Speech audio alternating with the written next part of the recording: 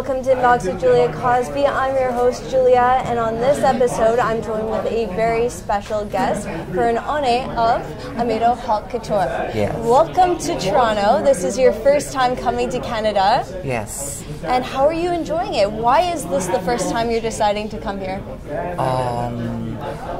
Honestly, since before, when I was a kid, I love to come to Canada. I don't know why. There's like a calling. I don't know. But this is now the opportunity because my friend told me, how about come here to Canada and do the show? So, because it's a dream, so I decided to come.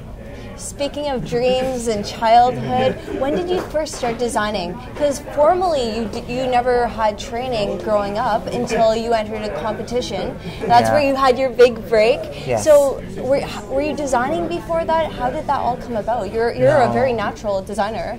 No, it all started when I was young. Yes. I love watching my grandmother and mother dressing up, and I really don't know fashion designer. I was thinking about tailors only. Yes. And then during high school, then all of my friends, we want to be like a designer. And then the closest I can get is fine arts, major in advertising, because there's no fashion school in the Philippines that time. So I took a fine arts, major in advertising, and then there's a huge competition in the Philippines, and the judges are top designers in Paris and Japan, and I joined the competition, I won, and I went to Paris as a prize, and then now when I went to Paris, it's like, because the prize is like to show young designer the real business of fashion. It's because fashion is not just art form, it's also like a business. So when I went to New York, I apprenticed and worked with Josie Natori. She's my mentor, and then she showed me and teach me, and after that one, I went to New York. To New York work. Yes. And then I enrolled in short courses like draping, pattern making, because you should know the basics. Where did you study? FIT. What was the most valuable lesson Josie taught you? Be responsible. Be responsible. How Yeah, so? because that time I was a bit young, Yes. and the idea of New York is just to have fun. Yeah. So I was like all night, all day, enjoying myself, and it's my first time to be in New York, so I was enjoying. And there's like one lesson that Josie told me, because that day we have like a meeting, Yes. and it's a buyer's meeting, and I should be there at least to witness and to learn more about the business of fashion. And I was late because I was partying all night. And then she told me, I don't care about your personal life, but if you want to succeed in this business, you should be responsible. And was that the moment that you kind of shifted ways and you're a lot more focused on your design work? When I won the competition, it made me, think and realize that I have to show more. I have to show, aside from being creative, you should see the quality. There's a lot of things that you have to be conscious about. Now, your mom and your grandmother are very big muses for you. Yeah. Were they very supportive of you growing up and Yeah. being interested in fashion? Yeah, they're very supportive. How of so? course. How were they supporting you? Because since a younger age, they know that it's my passion to design and to make dresses for my Barbies. That's what I hear from a lot of designers. They grow up, they're making outfits for their Barbies. Yeah. Were you just using some fabric that was around the house? Yes, like handkerchief. And it probably didn't look anything quite as glamorous as this. No. Let's talk about your collection right now. You have a lot of pastels that you're using. Why did you decide the pastel palette? Number one, for this collection, I was thinking about more about nature. The inspiration is all about flowers, all about birds, and I want to show like a sorbet colors, because it's very feminine, very fresh, and it's good for summer. And I love also the pastel shades. What kind of woman do you design for? The one who's not afraid of the dictates of fashion. And a lot of your work, it's very, very intricate and detailed. When you're designing, what is the thought process you go through? What's the first thing that it depends. Sometimes through movies, sometimes through architecture, books, my travels, my trips. So it depends. Are you first thinking about the shape of the dress, how you want it to go, and then adding the details? Or are details the first thing in your mind? Details is important, especially if I can see like architectures or old buildings or like vintage postcards, you know. Oh, very nice. So, is there anything that particularly inspired these dresses? Anywhere you visited, or you mentioned architecture? This one is at Versailles. In France, in Versailles. Marie Antoinette. Yeah. Was there a particular outfit that really piqued your interest? No, I was watching the series Versailles, and I love that series. So I started to think, how about I'll create this collection, Versailles. Now you've designed for a number of celebrities, Yes. including Beyonce. Yes. How did that all come about? It all started with Germany's next top model, Heidi Klum. She invited me to... And she's your favorite. Yes, of course. She invited me to go to Germany to do the finale show of Germany's Next Top Model. And then I went there to do the show, and then the guest for that event was Katy Perry. And we talked with Katy's management and everything, because after a year, during the next summer, she'll be doing the California Dream Tour. Yes. So I did some collaboration with Katy, and then after that I did some outfits for her concert. Now, Amato, And then it opened doors. It opens to Beyonce, Nicki Minaj, Shakira. Very nice. Now, Amato means beloved. Is that correct? Yeah, beloved in Italian. So how you went from designing wedding dresses to designing for rock stars and pop stars. What was the evolution in your designs between those Since two? before, I really love to dress up pop stars because it's more creative, it's more open, and there's no restrictions, or because they have this fantasy, they have this dream. Are they coming up with the fantasies and No, you're fulfilling it, no. or you're coming up with the No. fantasies? Their management, because it depends on what image and what Yes. the idea for the album or for the concert. So they're feeding the information that we want something like, and then you design, and then they will check it, and then they will approve it, and then.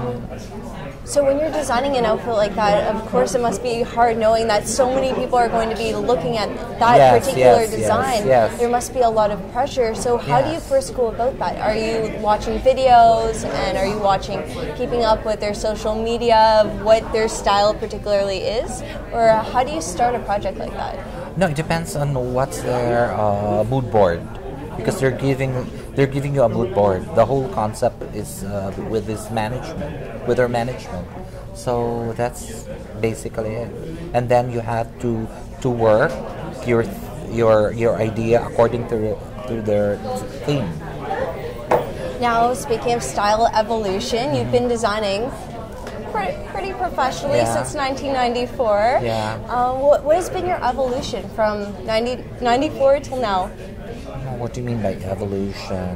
Like when you first started designing in 94, It's- it might have not looked the same as now. But the soul of the collection or Yes. my design is still the same. But it's like it depends on the upgrading, because there's new technology, new patterns. Which technology are you using? Like now, before in the Philippines we are using flat patterns, but in Dubai we're using draping.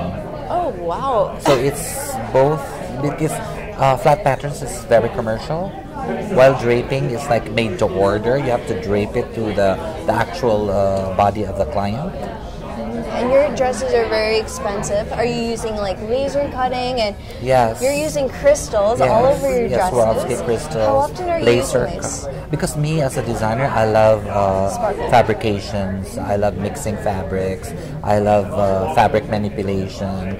So that's it. I love to experiment, because for me it's like day to day you learn you learn things.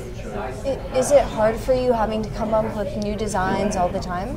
With such detail, these are masterpieces. Sometimes, yes. How often are you designing a dress, or some days do you just design No, many? every day I'm designing because I have like clients that I have to deal with. Are they usually wedding clients, or Wedding what is your parties. favorite dress to make? No, I don't know. I don't know. They're all your favorites. Yeah. Now you experiment with a lot of different themes during your runway show. So I saw some S&M, some sex, good versus evil. Yes, yeah. Is there any themes that you're thinking of, and how do you come up with these themes? It depends. Like if I'm inspired with a certain movie, or I'm inspired with a certain city. So it depends. What inspired the good versus evil? It's the circus of good and evil. So this one is like, I was launching a perfume unholy that time. So I came up with that idea with a perfume. It's unholy. So it's either you're holy or you're unholy. So I always love the contradictions. And your look, sorry, I just have to comment on it. It stands out a lot. Have you always done your hair, or do you style yourself to stand out? No, I'm wearing only uniform. I only wear all black, and that's it. Would you say that you're in the black and white stage right now with yourself, with your personal style? And does your personal style affect? No, I don't think about my personal style, because for me, it's like uniform. What I want the people to see is my work, not me as a designer. And what do you hope to achieve coming to Toronto? Actually, we're planning to make it more global, to make it more ready to wear. That's the main goal of Amato. Me and my business partner Rashid is like thinking about how to make it mainstream, to make it more affordable. What country would you like to come to next? Because you've shown already a lot of different cities around the world. Yeah. What would be your next city that you'd like to hit? I want to go actually for vacation, not for work. I want to go to Scandinavia. Yes. Yeah. Why? Because I've been around Europe, from the mid-Europe to down Barcelona, Spain. So I never been to the Scandinavian, part. Do you think coming to Toronto will inspire some pieces or some interesting dresses? Yes. Anything in particular that stood out to you? The natives here. The natives? Yeah, they have this like logos or emblems or So it's very fascinating. You have a very big team that works under you.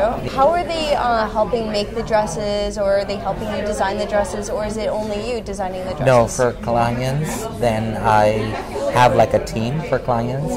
Then for the collection, I do it, and I have like an assistant for that. So it's like separate, because you cannot make it together. Now, working in fashion so many years, what is the biggest lesson as a designer that you've learned, maybe the hard way or the easy way? I think the best is to be flexible. In order to survive in this business, you have to be flexible. How about keeping up with trends? Sometimes people want... No. Do you find yourself keeping up with trends? No, I just do what I want to do. Do what you feel. And you're very particular, especially with your runway shows, some of the models. Yeah, because I love... hands-on. Tell me about that. I love telling stories. I think I'm a storyteller. Yeah, I love telling stories. That's why I want my set to be complete. Because aside from the collection, I want the one watching my show to be an experience. Because for me, if it's an experience, then you cannot forget it. Yes. It will stick, So you're planning the makeup, you're planning the hair, the set, everything. How do you come up with the set? Because you're a designer, you're a fashion designer. Yeah, I don't know. Do you have a vision of what you want it to look like, and you bring it to life? Yes, I know what I want. When you're designing, do you have visions of a certain dress and you're just filling in the blanks? Yeah, sometimes it begins with not necessarily a dress. I'm inspired with maybe a postcard that I saw in Prague, or So it depends.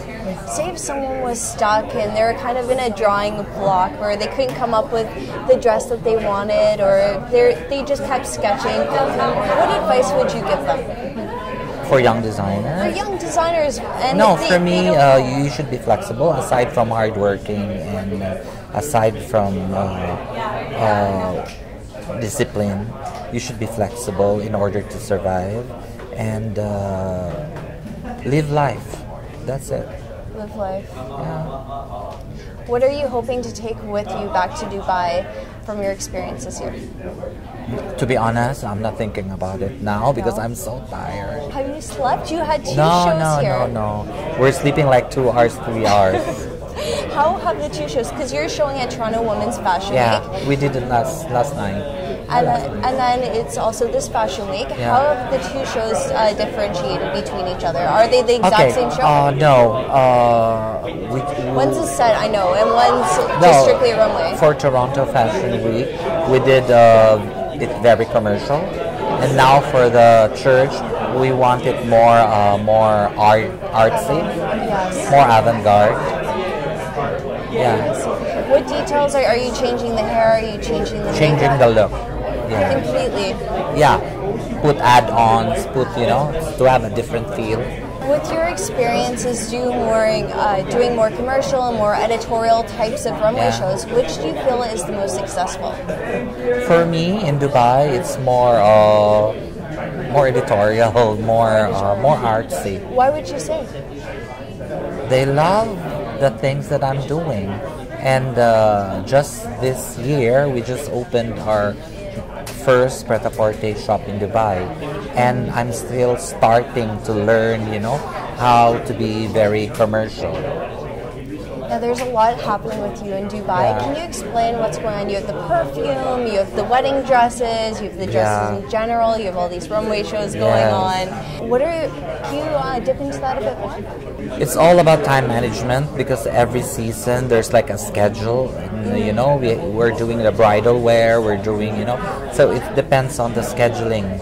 So that's why sometimes it's so busy. Not sometimes, all the time busy. So I just follow the system. When did you feel that you gained a lot of popularity? Because your dresses are very expensive, somewhere around $40,000, $10,000. When I started dressing up celebrities. And then everyone followed? Yes. What was the biggest turning point with celebrities? Did you get the most reaction from Beyonce, from Katy Perry? When did you feel the most hype and focus was on you in your designs? I think with the big celebrities, of course, because they're more publicized, they're more talked about. So which celebrity got the most reactions? Beyonce, Katy Perry. Beyonce and Katy Perry. Yeah. So did you actually attend the Dream Tour? California. I watched the California Dream Tour in New York. How was it?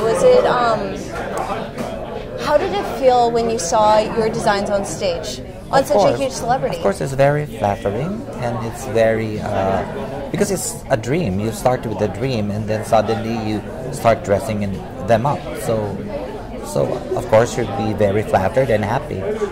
What's the hardest thing you've had to deal with designing in fashion? It's not about the designing; it's about how to finish it, because time is very important for this kind of business because every day is a deadline. How much time do you think that you spend on a single dress? That, say, a dress like this? It depends. So around 3 weeks to a month. 3 weeks to a month, just on this dress? Yes. On the designing aspect? Yes. No, not the designing. Everything. So for some of the dresses that you design, are you designing it and then you're going back and making adjustments later on? Does that help, editing?